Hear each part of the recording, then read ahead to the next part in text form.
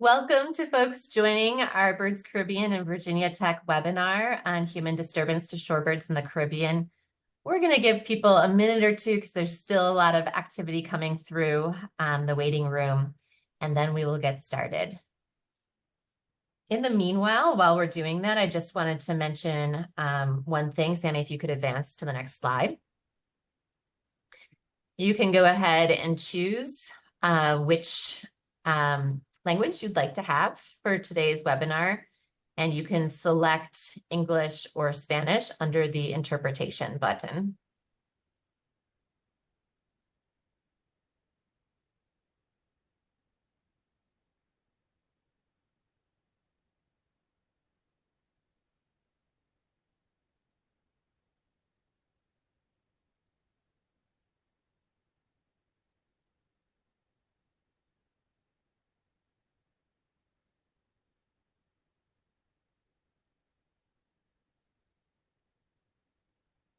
All right, Sammy, why don't you go back to the slide beforehand and we'll get started.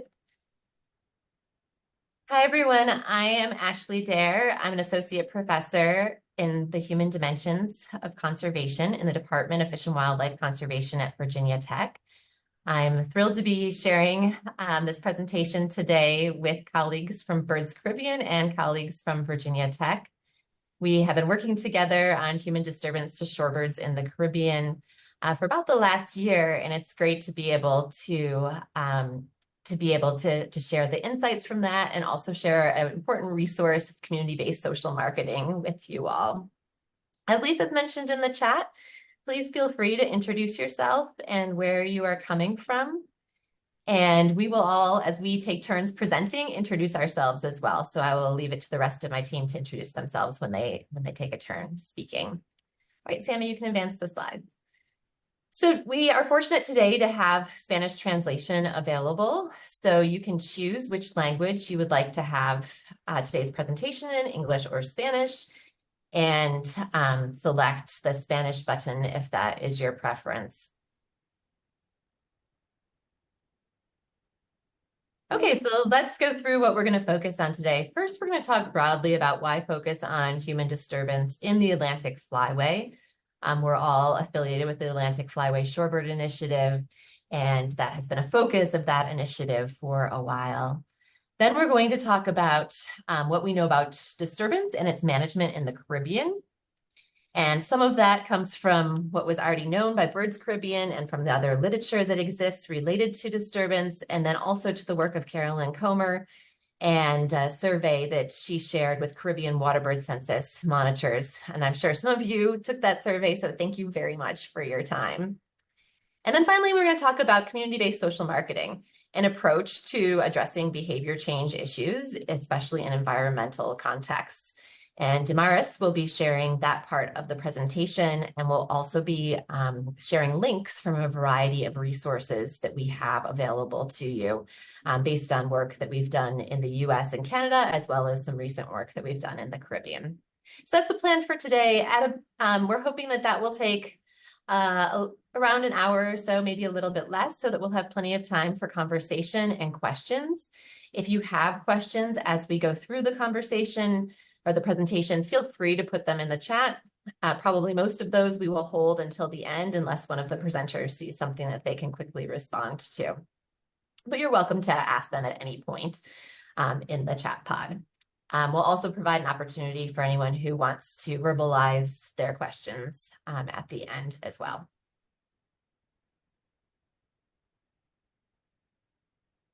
Okay, so as I said, our first section is why focus on human disturbance in the Atlantic Flyway. So when we're talking about the Atlantic Flyway, we are focused throughout the Western Hemisphere on our shorebirds that have many connections across Canada, US, Caribbean, Central, and Latin America. And as probably some of you are aware, there's an Atlantic Flyway Shorebird business plan that now I guess was created almost 10 years ago. And in that business plan, it calls out a couple of things that are relevant to our webinar today. The first is that we know that migratory shorebird populations have been in drastic decline. You can see this graph here showing about 70% decline since 1973, to the point that that business plan was written. And then additionally, the plan identified that human disturbance is a key threat to shorebirds across the entire flyway. It also called in that plan for developing more resources and best practices approaches for the partners across the flyway to be able to work together to address, better manage, better do outreach related to human disturbance. And so a lot of that work that we've done thus far has been based in the US and Canada portions of the Atlantic Flyway. So when my lab started doing this work, when I first came to Virginia Tech in 2017, we partnered with the US Fish and Wildlife Service and worked with both conservation practitioners, people who work on the ground and do management related to shorebird disturbance, as well as biologists, to have a joint discussion about how to best define human disturbance. And that group, through many different cycles of collaboration and online conversation, came to this definition: a human activity that causes an individual or group of shorebirds to alter their normal behavior, leading to an additional energy expenditure by the birds. It can prevent them from using important habitats and from conducting the activities of their annual life cycle that otherwise would occur in the absence of humans. So this definition relates to a lot of definitions that you see in the literature. It's more comprehensive than some, has some adaptations from others. But we weren't aware of whether or not it's really applicable outside of the US until we began our work on this project. We do know that there's a variety of ways that shorebirds face human disturbance, both broadly through direct impacts or direct mortality from human activities, such as driving on beaches or hunting and trapping. And then there's also indirect impacts. You can go to the next slide. To humans, or from humans to shorebirds, through decreased foraging for birds as they need to be more alert or continue to move out of the way of people using the same space that they are.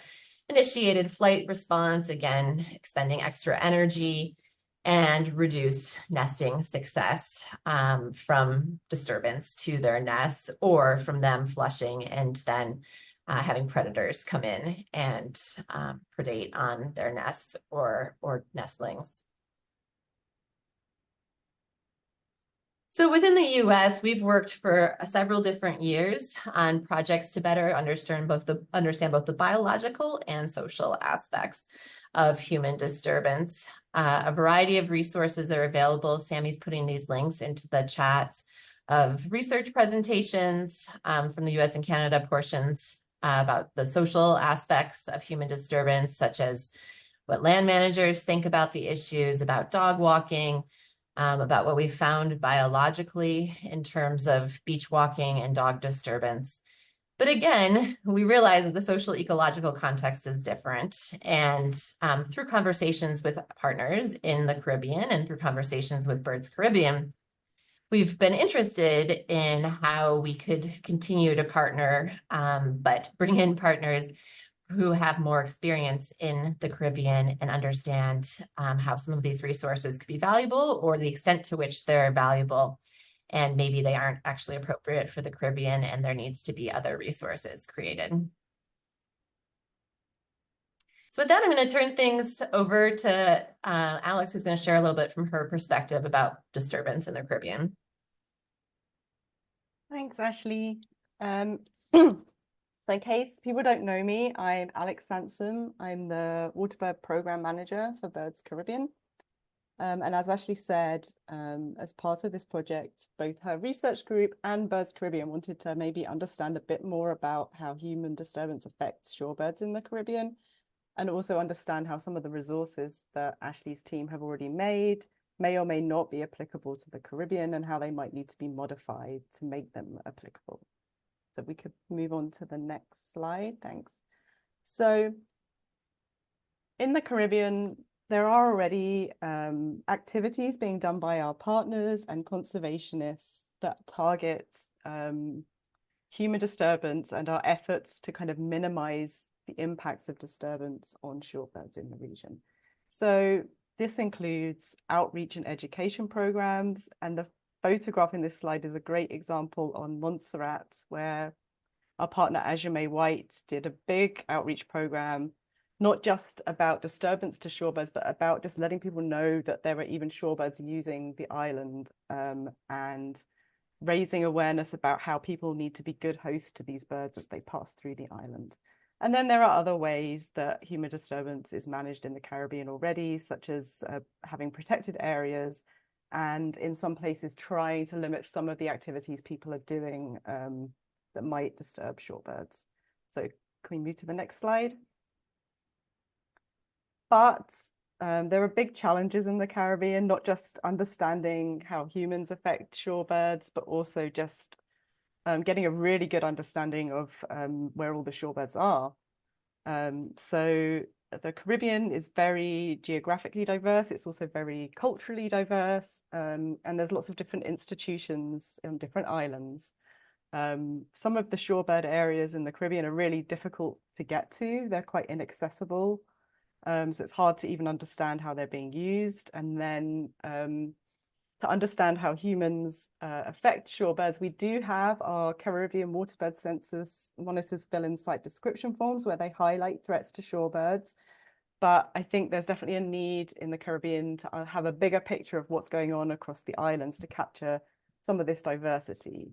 Some of the other limitations to really understanding this are the lack of resources. That's sometimes resources to collect data on human disturbance and the birds, and also lack of resources for enforcement, which is very hard. So even when there are rules in the Caribbean about not disturbing birds or around not doing activities in certain places, it's very hard to enforce these, often due to lack of resources. So this is why the work that Carolyn's now going to talk about was really important to help us maybe understand better how humans affect shorebirds in the Caribbean and what can be done to manage human disturbance. So I'll pass on to Carolyn. Hi, everyone. My name is Carolyn Comber, and I am a research associate at Virginia Tech in Dr. Ashley Dyer's lab. And as Alex mentioned, there are a lot of challenges that make the state of human disturbance management sort of unknown in the Caribbean. So Virginia Tech and Birds Caribbean partnered on this project to evaluate disturbance to migrating and overwintering shorebirds in the Caribbean. And today I'll be discussing some of those findings, but if you're interested in learning more about the project, more details, you can access the report here with this QR code. Next slide. Thank you. So in this particular project, we wanted to learn more about the definition of human disturbance in the Caribbean and how it compares to the definition that was developed by Ashley and her former student, Laura Menjak. And that definition that they explored was in the northeastern United States. So in this project, we wanted to see how that definition compared to what was experienced in the Caribbean. And we also wanted to look at the types of potential human disturbances faced by shorebirds at CWC sites. And we wanted to know what monitors perceive to be the greatest threats to shorebirds at their sites, methods for monitoring and managing human disturbance at CWC sites, resources needed to protect shorebirds from human disturbance, and then conservation behaviors that monitors believe recreationists could be encouraged to do to reduce human disturbance to shorebirds. So to answer these questions, we elicited expert knowledge. Next slide.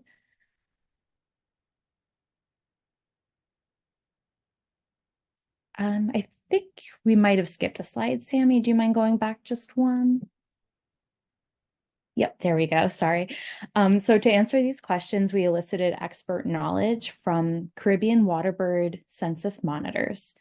An expert elicitation is an approach to systematically consult experts on uncertain issues. Experts can be anyone with relevant and extensive experience on a topic.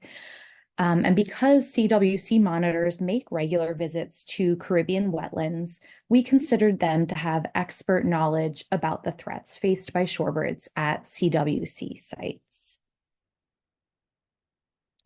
So the first mode of data collection that we used was a focus group.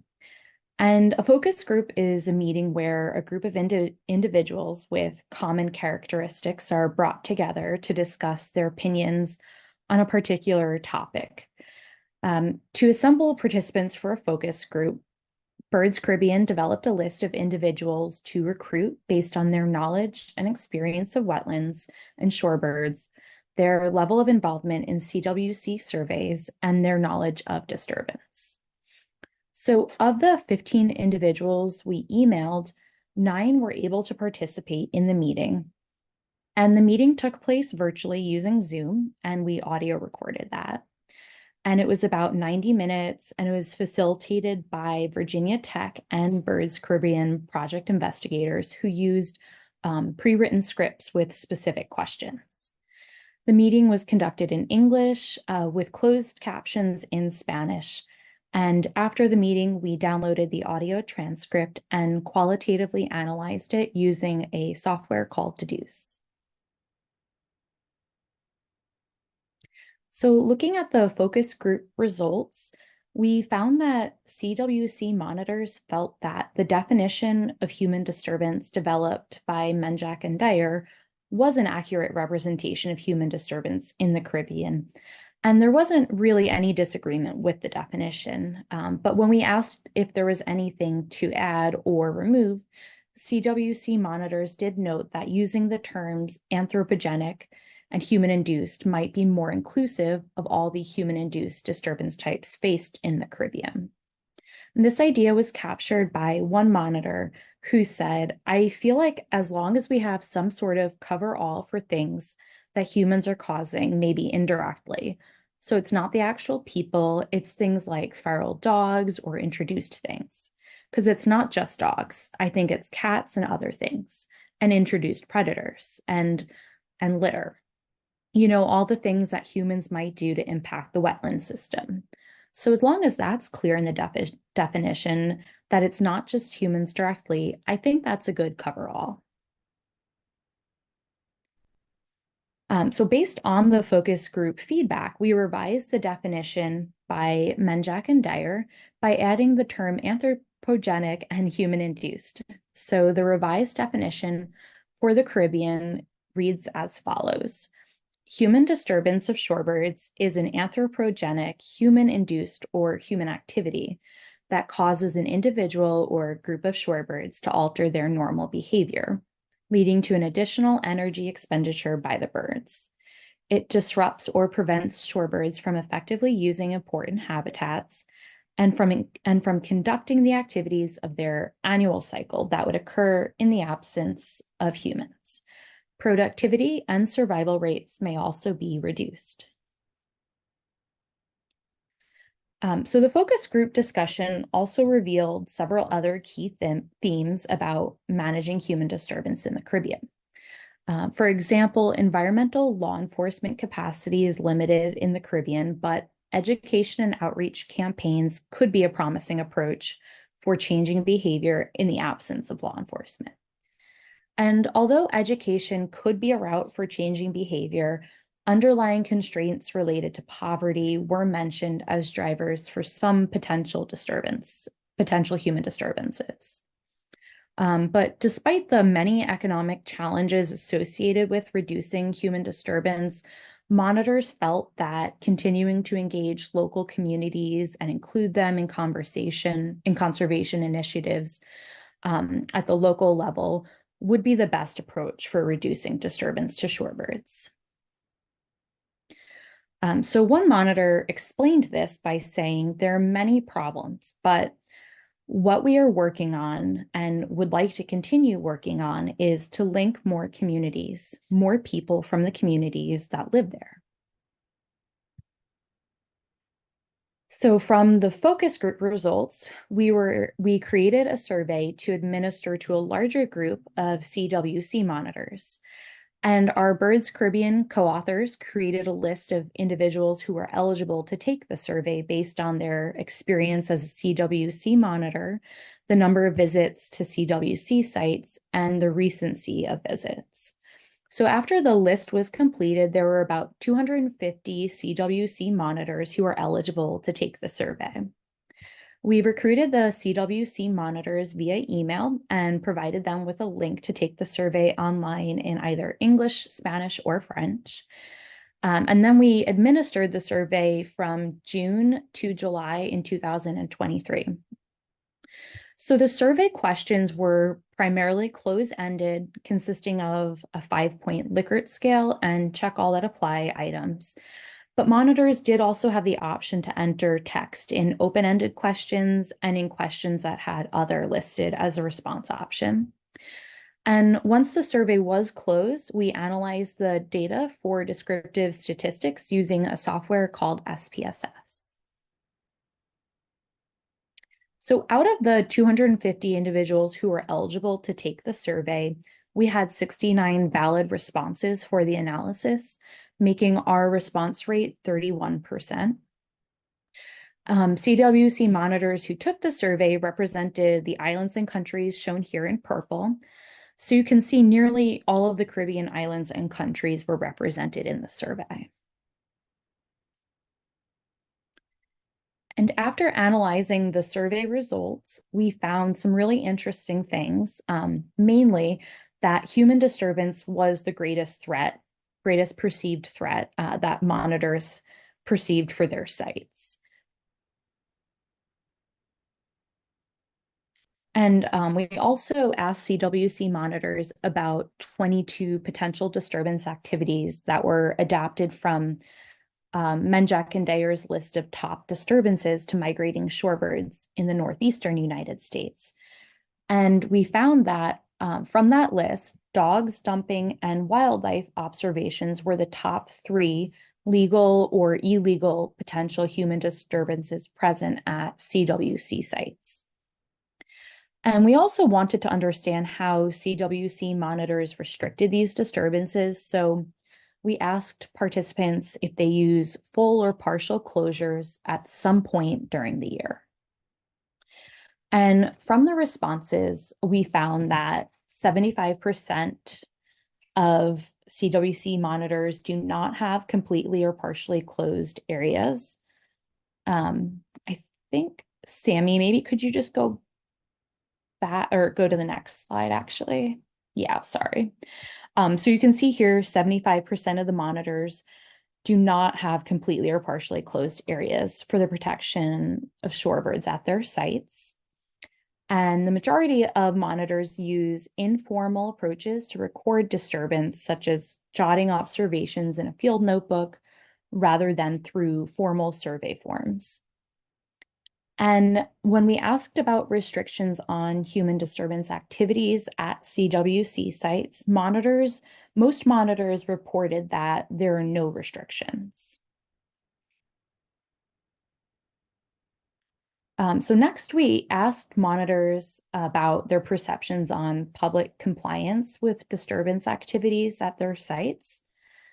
And from that analysis, we found that the public is most compliant with restrictions related to wildlife observations, and the public is least compliant with restrictions related to dumping.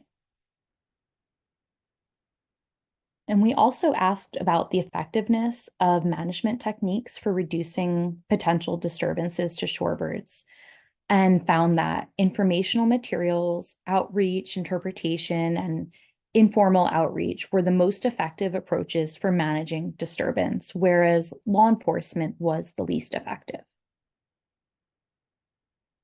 So after seeing the results on effectiveness of management techniques, it's not surprising that when asked about other resources needed, monitors added improved or updated laws and regulations for reducing human disturbance, improved access control to limit human disturbance in shorebird areas, improved job performance by law enforcement and management agencies, and more regulations that limit coastal development.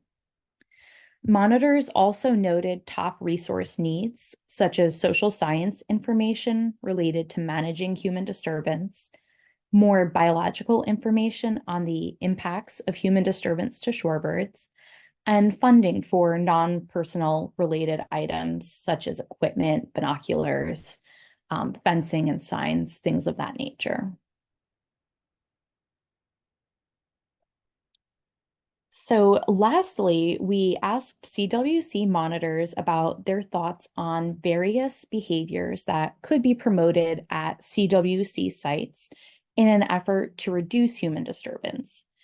And from the survey, we found that the top behaviors that the public, that monitors thought the public could be encouraged to do, well, the top behavior was walk or run around shorebird flocks rather than through them. But some other behaviors were also really highly ranked. So move slowly and quietly through wetlands was one behavior that monitors thought would be something that the public could be encouraged to do, as well as using binoculars or a camera to see birds without getting too close, staying on designated trails when you're outdoors, and putting plastic in recycling bins. So this is just the beginning of the first step of a community-based social marketing campaign. And now Ashley, I'm going to turn this back to Ashley, and she'll discuss a little bit more about how community-based social marketing can be used to help address disturbance. I'm actually going to turn it over to Damaris, who's going to take the slides from here. Thanks, Carolyn. Good job. Thank you, Carolyn. Well, hi, I'm Dimaris Colon. I'm from Puerto Rico, and I have been working also with CWC with Birds Caribbean, Alex and Lisa, and now I'm a technician in the Human Dimensions Lab. So I wanted to talk about more about how can community-based social marketing can help address disturbance. You go to the next slide, please. One of the things is the importance of utilizing behavior change approaches. When we think about changing people's behavior to improve sustainability can be challenging. So by understanding what motivates people to engage in sustainable behavior, organizations can design programs that are more likely to encourage and change behavior. You go to the next slide, please. So there are a few different behavior change approaches, but the one that you are probably most familiar with is the knowledge deficit approach, in which in this approach, conservation practitioners often assumes that the changes in behavior are brought by increasing knowledge. So when we talk about the knowledge deficit in conservation, we usually assume that giving people knowledge will cause them to take action. So if you go to the next slide. So we have here the community-based social marketing as an alternative of the knowledge deficit approach. It has been a good concept because it uses psychology and marketing techniques to encourage people to change their behavior. So we have the book here, which is Fostering Sustainable Behavior by Doug McKenzie Moore. And this community-based social marketing has been shown effective because of its pragmatic approach, and also has been used in a range of fields in conservation, agriculture, energy, watershed protection, and so forth. And if you go to the next slide. So I will first cover them broadly, and then I will talk about each one in more detail of the 5 steps of the CBSM.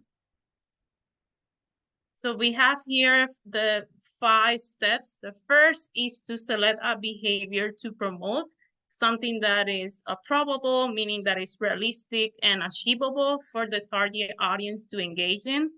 Then the second is to identify the barriers, constraints, and benefits in which to the behavior that often are done through surveys and interview of your target audience.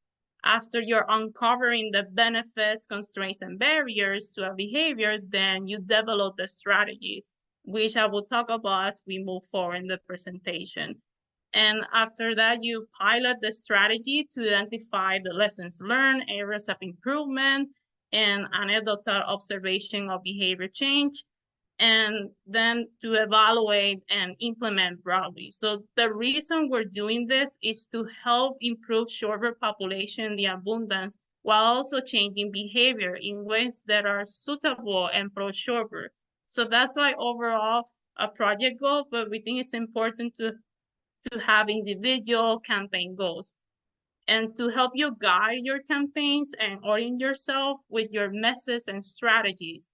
And behavior should ultimately be aiming toward what you'll come up with the site-specific goals. If you go to the next slide. Now I'm gonna like more in detail of the 5 steps. First, you select a behavior to promote. By doing that, you need to have 3 things. The first is to choose a behavior that is non-divisible, meaning that it provides a clear, direct guidance, in this case, what beach recreationists should do. Then the second is to choose a behavior that has a clear end state, that the behavior is promoted in is the behavior that will achieve the goal. Then the third is to choose a behavior that is positively framed. What I'm saying that is it's best to avoid those signs that says keep away, stay away, do not trespassing. On the other hand, it's best to use positive words or suggestions than frame that provide this suggestion for behavior that people can do rather than what people cannot do. If you go to the next slide. There are 3 characteristics in this first step for when you select behavior to promote. First is the impact, which is the degree to which the behavior will make a difference. So there are 2 approaches. The first is to collect information about the impact of the behavior when the target audience engage the desired behavior versus when the target audience does not engage in the desired behavior. And then the second one is to survey people with expert knowledge about the behavior and its potential impact. The second is the probability, which is the likelihood that the behavior will be adopted by your target audience. So you can examine the probability of success by assessing the outcomes of past programs that try to encourage people to undertake your target behavior. And then the penetration, which is the degree to which the behavior is already done by the target audience. So the percent of people who engages in the desired behavior currently can be determined by observing the target audience or by surveying the target audience about the frequency that they engage in the target audience. So as we move to the second step, please. So we have the second step. Once you have that behavior that you want to promote, you need to identify the perceived barriers, constraints, and benefits to the behaviors. Now, benefits and barriers, they need to be specific to the exact audience who needs to take the action. So it's important to also focus on the audience with the behavior. So the CBSM is based on the premise that are barriers like physical impediments, constraints, perceived issues, that prevent people from engaging in a desired behavior. These are also benefits or advantages that our people receive from engaging in behavior. So in order to promote a desired behavior, the barriers, benefits, and constraints, they need to be uncovered. To understand this factor, we have these 2 options that we can use. The first is that managers should conduct observational studies, focus groups, or interviews of beach recreationists. And additionally, managers should collaborate with social scientists because when researchers lack social science knowledge and training, it's best to have a social scientist because it has its expertise in this area. So it's a good way to have this collaboration. As we move to the next slide, there are 2 examples. I'm going to show the first one with the benefit and the second one of the constraint. I wanted to highlight that this list was based on research with people in the US who visited beaches on the Atlantic Flyway. While we don't know if they are applicable to the Caribbean, we will be able to do this in the future. So I wanted to show you these 2 examples that we think that might apply to some degree. So the first one, when in benefits, we had the example of beach walkers. So what are the benefits to walking around a flock of birds? It shows watching shorebirds in their natural state, avoiding bird aggression, and also avoiding being defecated on. On the other hand, for constraints, as we see in the next slide, is from the same example with beach walker. So it will be, what are the constraints to walking around flocks of birds? So it shows physical environment and space limitation, low awareness of coastal birds, and also convenience of walking through the flocks. As we go to the next slide, now we have the third step. It is to develop the strategies to reduce the constraints and barriers and increase the benefits. Now I'm gonna show you which are the strategy. As I move on, I'm gonna explain more deeply and show a couple of examples. But I wanted to show you right now what are the strategies. There is social norms, commitment, prompts, incentives. As we go to the next slide, we can see the social diffusion, the convenience, and communication. As we go to the next slide, please. Right now, these are the upcoming example shows that while Birds Caribbean partners are not using CBSM specifically, there are some examples that you have found that show CBSM related strategies partly in use. So I will give some of the samples and how they may be adapted to even more in line with the CBSM. So the first example we have here is commitment. So when we talk about commitment, is asking people to agree to do an action in the future.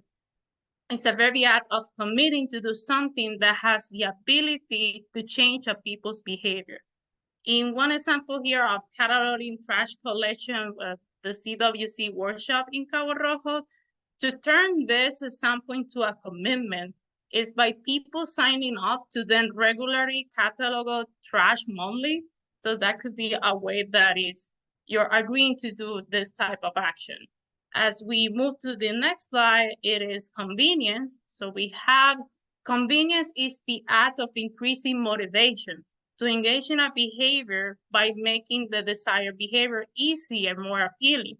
We have an example here of the new observation platform at Belmont Pond, and we can see here on the photo on the right, there is an interpretive sign where you can see the different wildlife species in the area. So you're not only doing wildlife observation, but also you're not impacting the species that inhabit there. As we go to the next slide, it provides incentives. So incentives, what are? There are rewards for engaging in a behavior. Rewards that can be financial benefits, special privileges, or access to an area. When providing incentives, the staff or volunteer, they should present the incentive at the time that the desired behavior occurs. Make the incentive visible to draw people's attention and make the incentive large enough to be taken seriously. As we have here in the incentive example, if we want the t-shirt to be given away or a reduced cost, if people did a specific target behavior. So how will be this great material might be used in a way by Birds Caribbean partners. Now for the next slide, we're gonna discuss about prompts. So prompts are visual or auditory cues to remind people to engage in a behavior. So these prompts are noticeable, they're catchy, they're appealing, and the main point of prompts, they need to be near where the behavior takes place. As we go to this next slide, I can show you two examples. So we have the first example, it is a shorebird sign in Antigua, discouraging illegal dumping. And then you can see all that is very appealing. It has QR for more information. And on the other hand, on the photo on your left, you can see different scenes of different actions of like keep your dog leash or your please keep your trash away for beach, keep your beach clean. So it's another way that the main important thing to prompt, it has to be where near where the behavior takes place. Then the next slide is about social diffusion. So social diffusion is using trusted sources and community members to encourage a behavior. And for social diffusion, and when you're doing that, to spread through conversation between people who trust each other, as we can see here in the image of the workshop in the group field that they collected trash after the beach cleanup exercise. It was a good way not only to get to know people, but also to spread the message to trust and respected people in a community, saying how it's important to make to keep our beaches clean. And the next slide is about the social norms. So social norms are unofficial rules about how to behave in certain settings. It is basically encouraging people to act in a way that is consistent with the perception of others. As we can see in the example, it's showing that our local shorebirds are important. As you see in the word "our," it's giving ownership, and it's talking about we need to do something. So when you look at the image, our local shorebirds are in trouble. What do we need to do? And you can see the 3 options of leash your dog, walk on the wet sand, read and respect the signs. So this is an example of social norms. And then for the last strategy, which are the communication, is basically sharing information about behavior in an interpreted manner. So there are 3 approaches that you can share communication, which we see on the next slide. That is the interpretation, which involves using interpreting principles to relay messages, either signs, talks, information station, exhibits, and so forth. Then the environmental education is a process that helps individuals, communities, and organizations to learn more about the environment. And we develop skills and understanding about how to address global challenges. And for community outreach can be used to describe a range of activities that aim to inform, consult, or engage a target audience. As we see, Birds Caribbean has different examples that I'm going to show you in the next slide, that it is involving 3 programs. Can you go to the next slide? Thank you. So we have Birds Caribbean has different programs, but I wanted to show you a couple of them. So the first is the Birds Caribbean is working on increased awareness and appreciation of the region's unique bird life through the Caribbean Endemic Bird Festival. Also, there is the Caribbean Waterbird Census, as Alice mentioned when she was giving her talk. And then it is more like a partnership of Caribbean organization, communities, and individuals that monitor waterbirds, and also what are the different threats in this different habitat that are impact for the birds. And we also has the World Migratory Bird Day that focus on water and its importance to migratory birds with the theme water sustaining bird life. After our strategies, we have the 4 steps. So now you have, once you have the four steps, you have the select behavior approach, you identify your barriers, and then you are the steps 3 with the strategies. Now we're moving on the pilot test strategies, which during the pilot testing process, you should plan to use different test groups. From the group of people who were involved in the benefits, barriers, and constraints, remember from the step 2. You should also plan to pilot test your strategy on at least 2 groups of people. So it's very important to collect the baseline data on the behavior, and also small scale pilot testing can allow you to address any issues that may arise before you implement the campaign. And lastly, our step 5, which we can see on our next slide, it is broad scale implementation and evaluation. If the pilot suggests that the strategy can be conducted in a cost-effective manner, the strategy can be implemented broadly throughout the community. After you implement the strategy, be sure to collect the data on the behavior that you're seeking to change, so you can compare it to pre-campaign data and measure if the campaign had an impact. So based on your findings, you can reevaluate your campaign strategy and adapt it as needed to meet your goals. Now, as we move to the next slide, please. So now that I give you the whole view of what is CBSM with the steps and the strategies, I want to give you a quick quiz in which the question is, with which audience do you need to be careful when asking for a behavior change? So there are options here from A to F. You can just type in the chat which one do you think that it should be the people that we need to be careful when asking for behavior change. So I can give you a couple minutes to in the chat.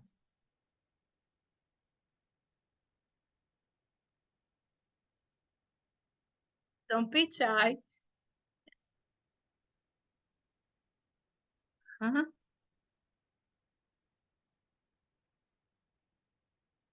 Okay, I see a couple coming on.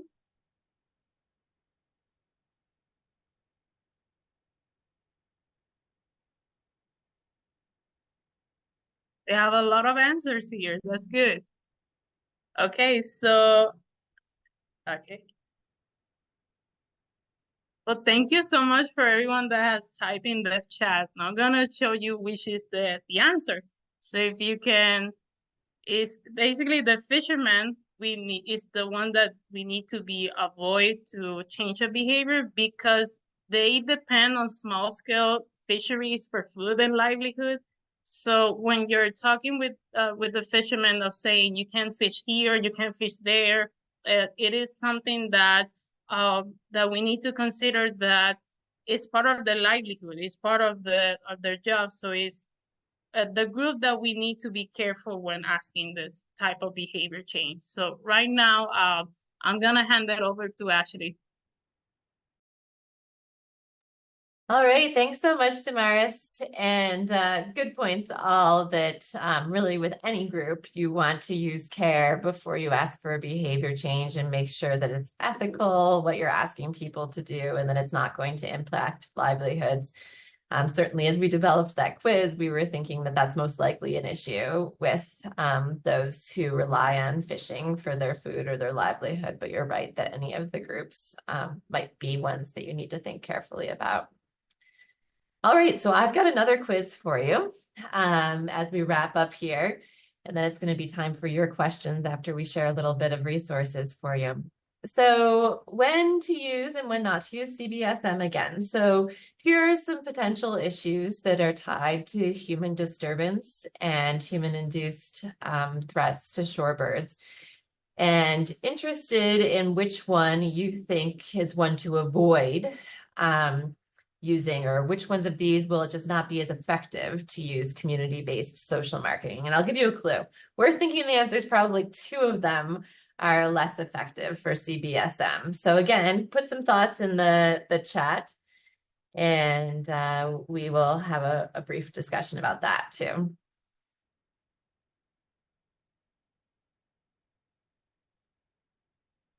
Yes, so I see several people saying B and D, and I would agree with you too. I think it's far less likely that we're going to be effective with something that's focused on individual behavior change based on understanding barriers and benefits, and then engaging the community in a variety of different strategies.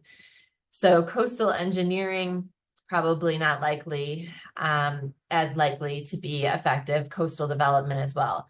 That said, you may be able to engage the community in being advocates for addressing coastal engineering issues or coastal development. So there could still be community engagement effectiveness. But if we think about the community-based social marketing approach per se, and actually trying to get an individual to make change, like the engineers to do something different related to coastal engineering, that part's probably not as likely, but maybe you could get advocates to say something about it. That said, trash and littering probably could be in a lot of cases unless we're dealing with large-scale commercial related dumping that's occurring. If we're talking about littering on the beach, and you can actually find the group of people that you can encourage to take their trash away or to be involved in trash cleanups, then you could have luck with community-based social marketing. Likewise, if we're talking about something like folks who are out and involved in ecotourism or some other type of less sustainable tourism, who may be disturbing nesting sites by getting too close to the birds or spending too much time with the birds, that could also be a great group to work with, who probably already has interests in line with bird conservation, but may just need to be encouraged to do so in a way that causes less disturbance. So again, as you all shared in the chat, B and D probably least likely if we're talking just about the groups of people that do those things. But community-based social marketing can be used in a variety of ways, potentially also getting people to advocate for an issue. Next slide. Okay, so I want to share some resources before we wrap up here. And again, I want to say that these resources, aside from the report that Carolyn shared with you, are not specific to the Caribbean. So the extent to which they are useful, you will have to use your best judgment on if you work in the Caribbean. And we hope to be able to continue to partner with Virginia Tech and Birds Caribbean to continue to adapt, refine, create new resources that are more useful specifically in the Caribbean context. As part of Carolyn's master's work when she was, sorry, go back, Sammy. As part of Carolyn's master's work when she was at Virginia Tech and was focused on the US and Canada portions of the Atlantic Flyway, we focused on issues of beach walking and dog disturbance and creating community-based social marketing campaigns, and did a lot of training throughout the US portion of the Flyway. And so this guidance document provides you with lots of examples of the strategies. Damaris did a fantastic job of taking our strategies that we have in this document and finding examples that were specific to the Caribbean. But if you would like to see more text about how the strategies work or when do you consider them, you can use this document as a resource for you, as well as the recording of today's presentation. Okay, now next slide. In our approach, when we developed this document, we worked with sites throughout the US and Canada portions of the Flyway. And then in subsequent years, we piloted CBSM campaigns at those sites. I should actually say 2023 is when we piloted those campaigns, or 2022. And then we've collected social and biological data to assess the campaigns that they tried out. You can see some examples here of parts of the campaign, like working with a local artist and having a big sign where people could stick their heads through the sign and say that they were committed to sharing the shore, specific signs about keeping dogs off of certain sites and instead giving people links to where they could take dogs instead. So we've done a first round of assessing those campaigns. We're involved in assessing those again. And as part of that work, we've also had a community of practice of people throughout the Flyway. We've now expanded to Canada, and we even have a site down in Brazil. I can see Thais here, who's involved in our work down in Brazil, applying this approach. And that community of practice has been people who are committed to trying community-based social marketing campaigns, working together to develop those campaigns and troubleshoot any challenges that they're facing. So if you'd like to see more about that and the resources available for our approach, we can also provide that link in the chat for you. And Sammy's recent project has been to develop a toolkit based upon what all of these pilot sites developed. And there's a toolkit itself that's available online, as well as the recording about the toolkit. So if you haven't checked those out, please do. Again, resources that have not been created specific to the Caribbean. We'd like to be able to partner with you all to get resources in there that are Caribbean specific, but hopefully would give you some ideas still, and you could adapt them based upon your knowledge of how to work best at your sites. So as I've alluded to a couple of times here, we're looking for partners in the Caribbean for this project. We potentially have some interest and potentially some funding available through U.S. Fish and Wildlife Service and USAID.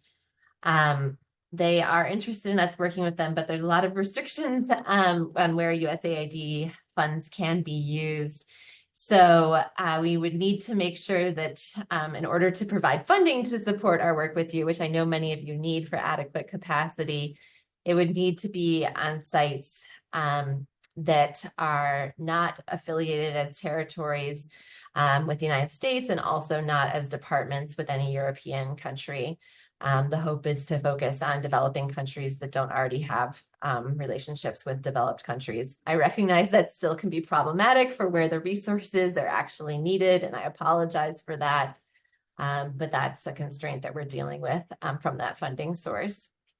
So if you're interested in this and you think your organization could have capacity for monitoring and for trying out some campaigns like this, if you had support in figuring out how to do it, and then potentially financial support if your sites could meet the constraints that we have from the funder, And if you have recreational disturbance issues, which is what we're trying to focus on based on some of those findings that Carolyn shared, and strong shorebird concentrations, then reach out to Alex. I see Alex has turned on her camera, and I'll give her a chance to say anything else that she wants to too. I know she's also been working with a variety of sites trying to sort out if they are appropriate and if it can work for both us and for the partners to work together. So Alex, do you have any more you want to say about that? No, I think you covered it pretty well in terms of which islands we may or may not be able to work with, which I know is frustrating because some overseas territories still really need the funding. Yes, that's disappointing. I guess I should flag up that we are trying to find funding for Puerto Rico because we acknowledge that it's a very important place for shorebirds.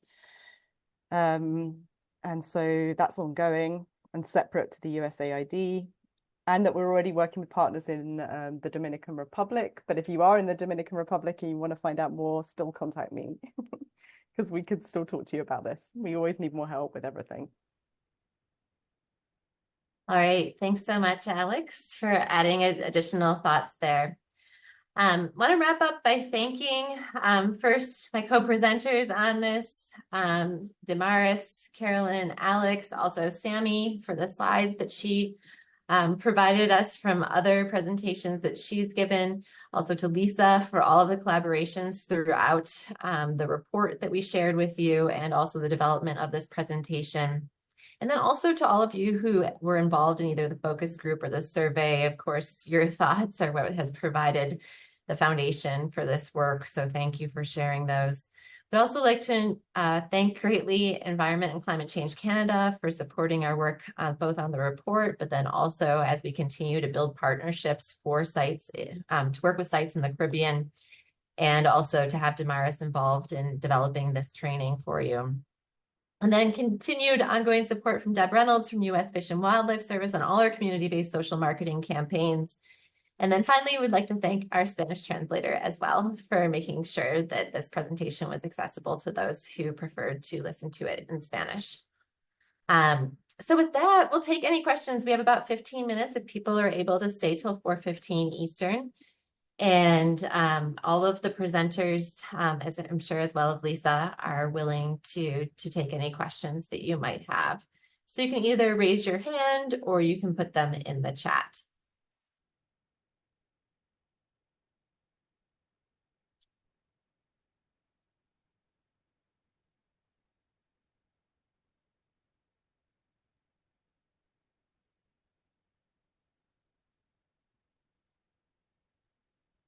No questions. So I just wanted to add something else, Ashley. I remembered some more places where we probably can't work are Cuba, of course, unfortunately, and probably Venezuela, just because of the issues with us visiting.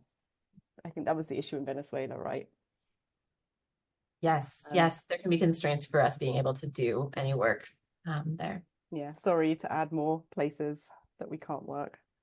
Yes.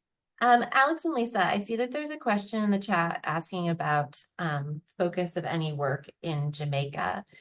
And so would turn that to you all to have any, if you have any thoughts on Birds Caribbean's partners' work in Jamaica.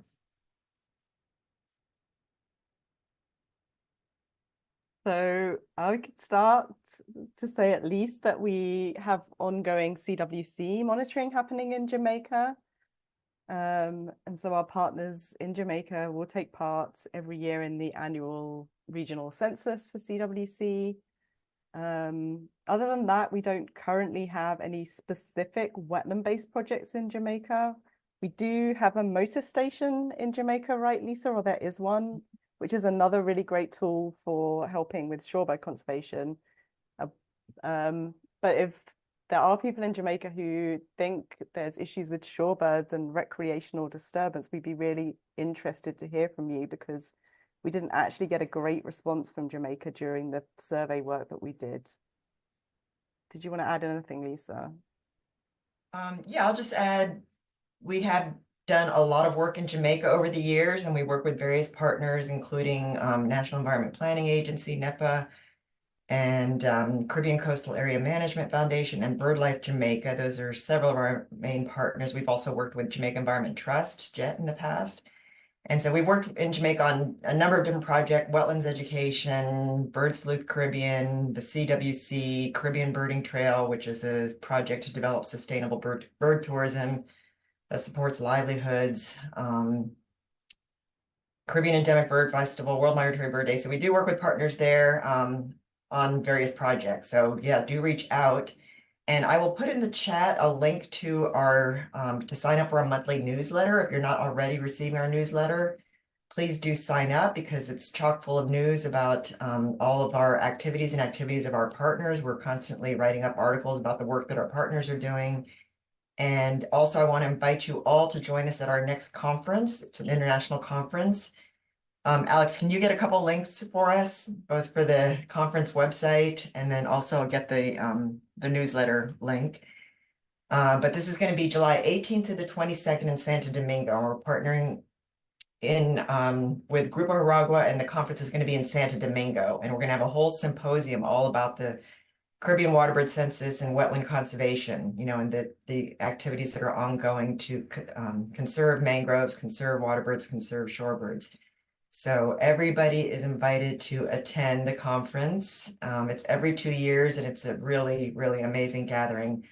5 days of training, workshops, symposia, keynote speakers, roundtable discussions, working group meetings, and so forth. So do check out the website. And yeah, if there's any questions, just reach out to Alex. I put her, Alex Sansom, our waterbird manager, I put her email there for you to reach out to if you're interested in getting involved in the CWC or in shorebird disturbance work. And we can check and see if your island is eligible for funding. As Ashley said, we're looking for more partners, but unfortunately it's a little challenging because of the funding restrictions by USAID. So we're trying to navigate that and also find other sources of funding in the future. But right now we're a bit limited, but reach out to us, because maybe it can work out for us to work with you on a shorebird disturbance project. That's all I have. Great, thanks so much, Lisa. So yeah, the takeaway is reach out to Alex if you're interested, and we will see what we can do. And if this funding source isn't available, it would be good to actually know if there are sites elsewhere, because we are continuing to have conversations with other potential sponsors, and if knowing that there's interest elsewhere, that would be helpful. Mm-hmm. All right, well, I think we've addressed the questions that people had in the chat. So thanks everybody for joining us today. We will be sending out a recording to everyone who attended, as well as a list of these resources, so that you have them if you'd like to share them with anyone else or look into it further. And we look forward to continuing to work with you on this issue. And thank you for your time today. And thanks, Lisa and Alex and Damaris, so much for working with us on this project. Thank you, Ashley and team. It's been really a great collaboration with everybody, and we've all learned a lot and are continuing to learn. So beneficial to everybody. So thanks everybody for all your participation. Yes, and thanks everyone for coming today. Yes. All right, bye-bye.